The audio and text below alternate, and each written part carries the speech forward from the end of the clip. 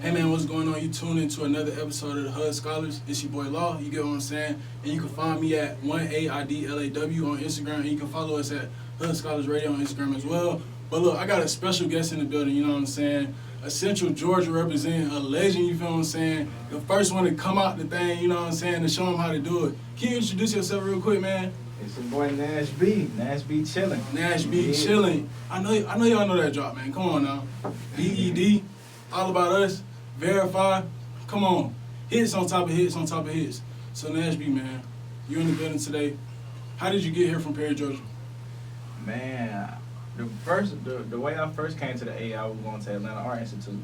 I was trying to do like a little music program over there, but that's when around the same time I linked up with K-Camp. So when I linked up with K-Camp, you know, I was just like, man, I don't really need this. And then I ended up going back to Perry and just kept networking. You was flipping them chickens while you was messing with K-Camp too. Yeah, I was working at Chick-fil-A. Okay, yeah. You had to, like, I know, like, to work at Chick-fil-A, sometimes they made people, like, write essays and stuff like that. Did you have to write an essay to get the job, or, like, was it a little bit more lenient? I ain't right, no, that's okay, man. Where I went to high school in Douglasville, you had to write, like, an essay to be work at Chick-fil-A. Like, for real, they want to see your character. What? No cap, man. I ain't have to write no essay. No they kind of just slid me in there. Okay, so during that time, did you get that job while you were in high school? Like, how did that work out? Yeah, I had got it like the my last semester in high school. You know, like after like when you got like after football season, kind of. Yeah, it was after football season. Oh, so you played football? Yeah, I played football. You was nice out there? Yeah. Adidas or Nike?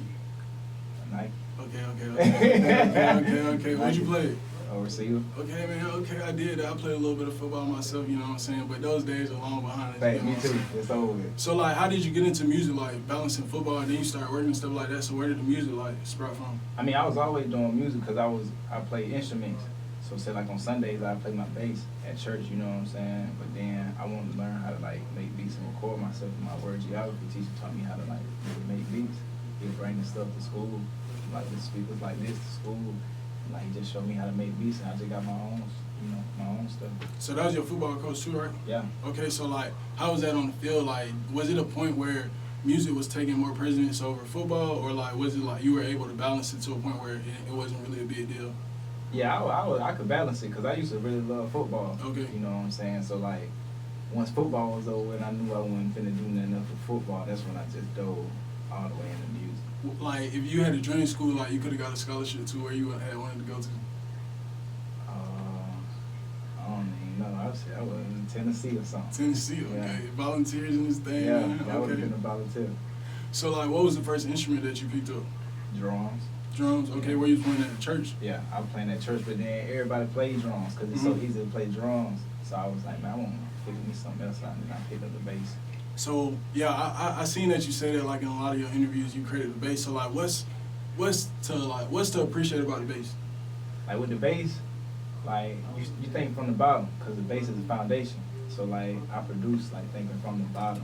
I don't know if everybody know what that means, but it's just like when I play chords, I might play some chords on the keys or whatever, but the bass line can change the whole feeling of a song. You know what I'm saying? So that's what I like. What are some of your bigger placements that we might know of that you like really like that you can hear the bass throughout that we might not peep it? Biggest placement? Yeah, like that where it's like you got a lot of bass in there, but it's like average ear wouldn't pick up on it. What you mean, like a live bass?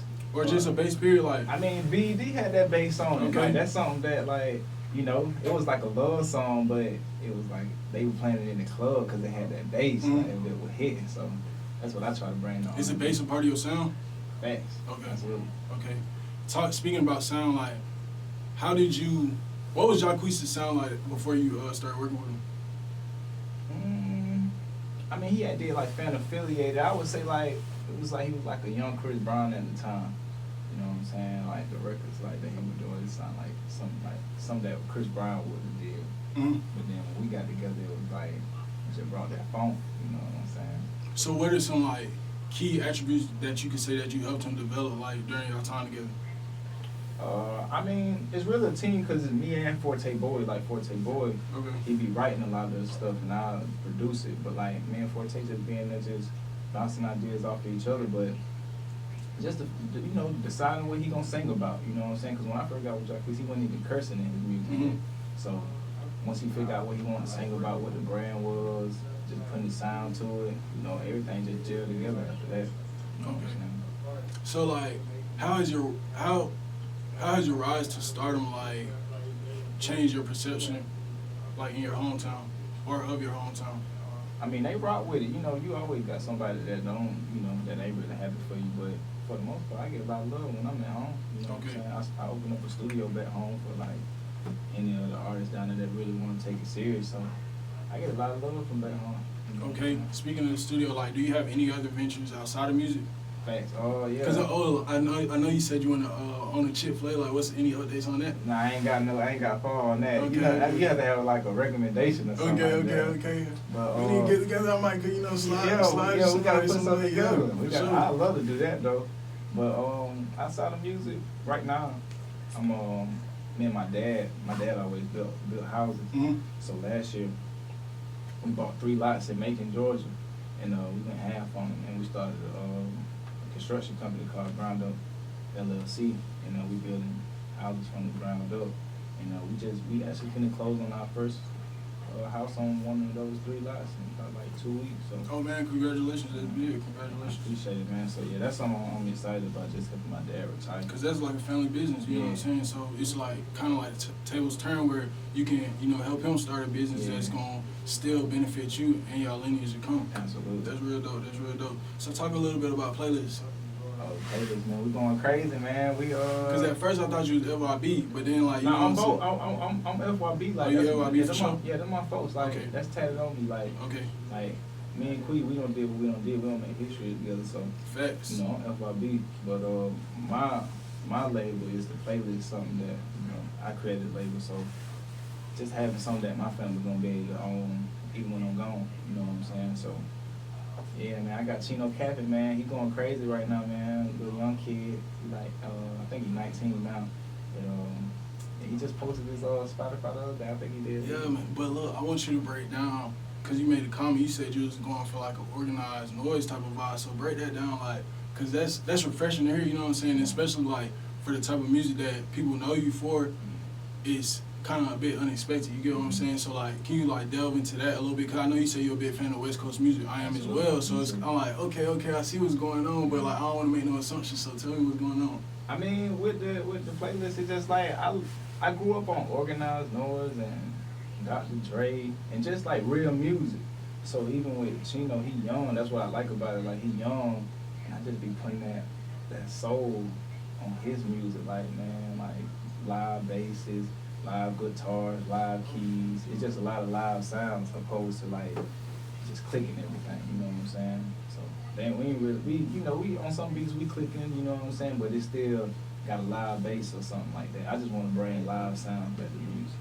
What do you think about producer unions? We need one.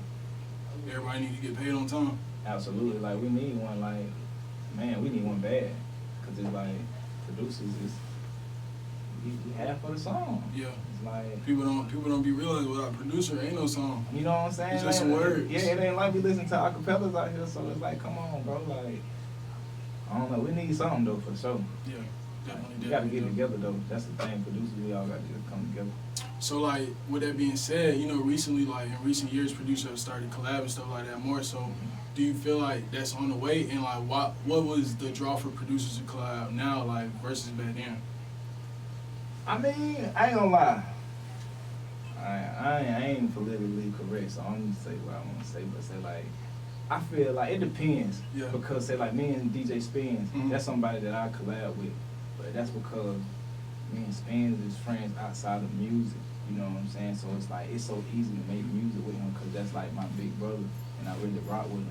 But I be feeling like a lot of these folks just be collabing with each other because they know, oh, he can get the beat over here. So I'm going to go make beats with him and let him give them beats to whoever. So say like somebody coming to make beats with me because they know I'm giving them the Jacquees. You know what I'm saying? So say like, producers, we have our own relationships with artists or whatever, but I don't be feeling like it be for the music. It just be like a lot of producers just, I'm finna go make beats with such and such so he can get my beat with such and such. You know what I'm saying? And like, it'd be like 3-4 producers on one beat, but ain't nobody played nothing. It's like y'all took turn with clicking.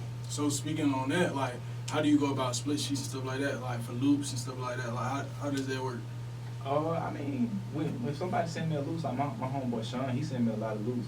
But like Sean, like he know how to like put it together. Like Yeah, he know what you want. Yeah, he know what I want. So we just bust it up, 50-50. He get half, I get half. I did that. Where did you get that kind of like ideology from? Like, was it maybe that somebody like did you wrong, or was that just how you came up in the game? What, with the 50-50? Yeah. Nah, I just think that's what's fair. Like, That's fair. you know, I wouldn't, you know, it ain't like, I don't know. I just feel like it's already, once you get a loop, it's like, okay, it's like a starter. You know what I'm saying? So it's like, that's half of the work done Yeah, already. true. Like, you That's gotta the idea. finish it. Yeah, I did that. It's hard to come up with an idea.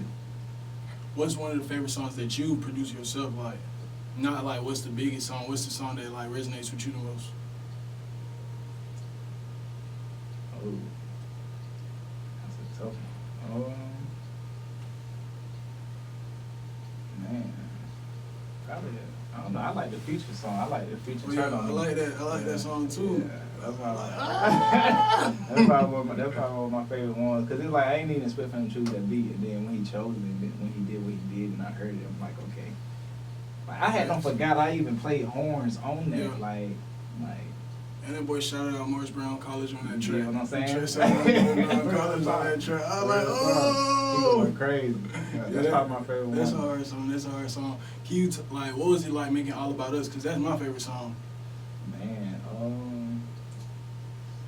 well, we just put it together. Like, really, he really had recorded that song to another beat. I don't remember what beat. I don't remember what kind of beat it was, but it was like something they couldn't clear the sample or something. And he just sent me the acapella, and I just took like, cause his kids singing on there too, and like what you hearing is like I took like as if it's a family. The family was made, the song was made by the family or something like that. It give you that type of vibe. Like everybody was in the studio. Yeah. And we just put this together. Like that's how I was feeling. Like yeah, I kind of just I don't know. I just like once he sent me the I like producing like that too. Like if he can send me an acapella, I like to make a beat run acapella sometimes. You know what I'm saying? So I just try to create the same feeling he's singing about. okay, how was it like putting out so many different remakes of Bed? Like, was that annoying to you, or did you like it? Did you appreciate it? Like, how was it? Like, I'm saying why everybody said we put out so many remakes. I felt like it was like well, maybe it was a remake and then it was the remixes. You know what I'm saying? I'm saying we did the regular version and then we did the remix. And then y'all did on the one with Ain't Playing, like, you know. Since You Playing. Yeah, Since You Playing, right? Yeah, but I'm saying that was the and one. then he had that on the album, right? Yeah, but see, I'm saying what we did, we kept putting it out. Okay. Like, cause it originally came out on Move. Okay. Right. It came out on Move. The Orange Mixtape. Huh? The Orange Orange Mixtape. Mixtape, Yeah, that was in 2016. Right. And then, but see, like the label they were playing, like we was telling them like this. That's when people was like people weren't really pressing their gas on Jacquees like that. You feel what I'm saying? We was like, bro, this the one. They just kept trying to go get other songs, and we was like, nah, this is the one.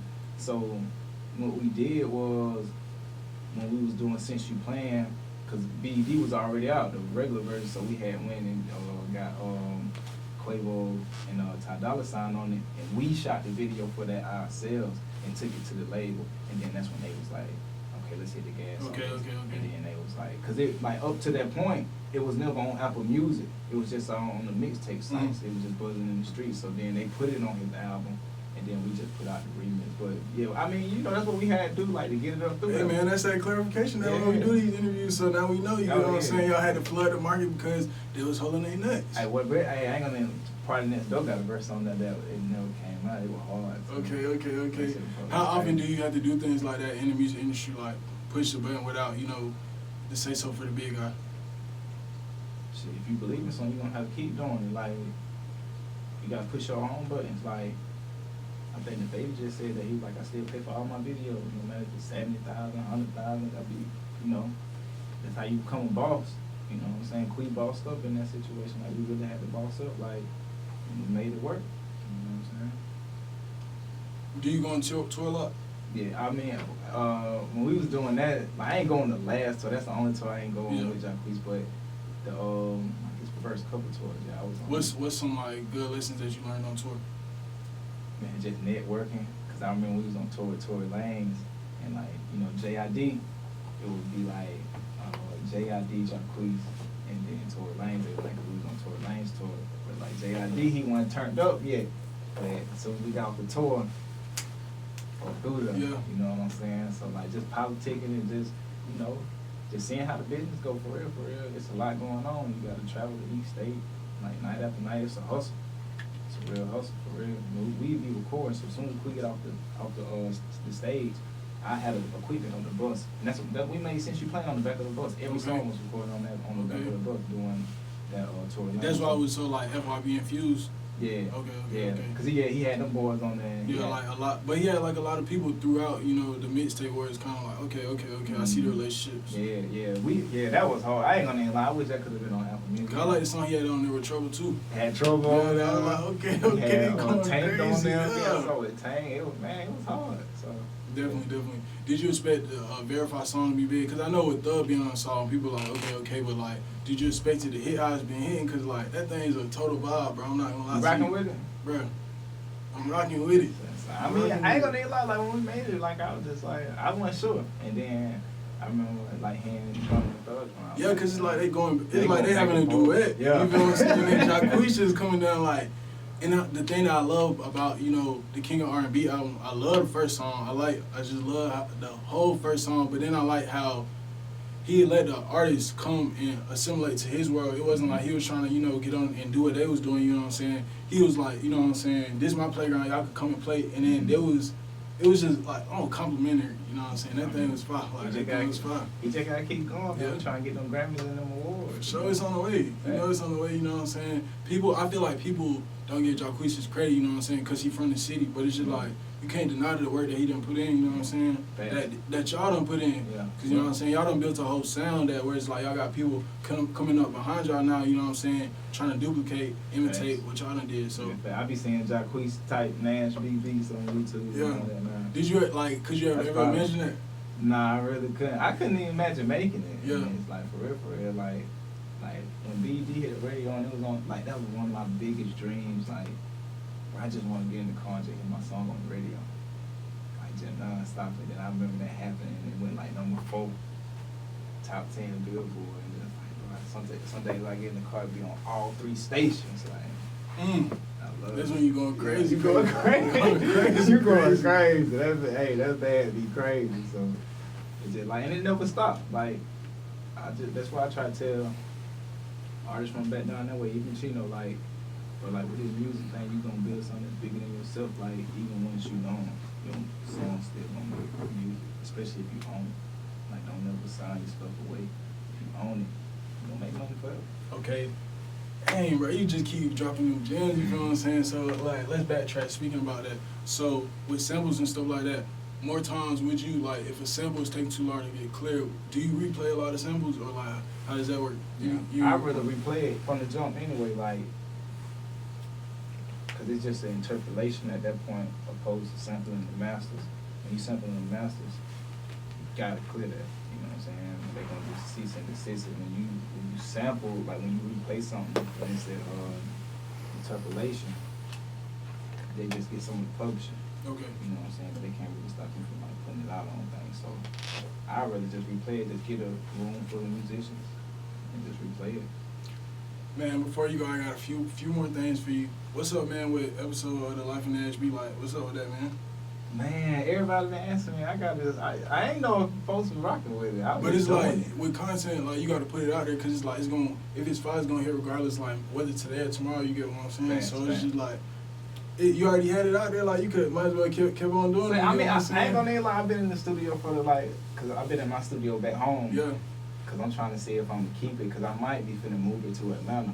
But so, that's the document as well, you feel what I'm saying? Just like the thought process, like, the pros and cons, and let them really know what's going on, instead of like everybody see the glitz and the glamour. They don't see like the business decisions you gotta make. Like, dang, like, do I want to keep this down here? Do I want to move it up there? And this type of stuff that's going on. You feel what I'm saying? Say, look, I've been documenting it though. Like I set up a camera, so yeah, I draw some more. Yeah. I just like I ain't know if people really be rocking with it though. Cause I'll say like, I've interviewed a few producers, you know what I'm saying, over the past couple of months. But like, you have like one of the most extensive brands online that I've seen, like, over versus the other producers, you know what I'm saying? Like, you got a lot of different interviews, and you're not scared to talk, you know what I'm saying, and speak your mind. So No, you might as well keep on going with it. I'm You know gonna what do I'm it, saying? man. I For ain't the know whole people folks out watching. there. I ain't You know know what I'm people saying? watching Yeah, it like we that. tuned in. We tuned in. Say, man, I mean, it got a couple thousand views on them, but people do be DMing me like, bro, you need to keep it going. So I just recorded like 3-4 days of me in the studio just making beats. So Okay, that's hard.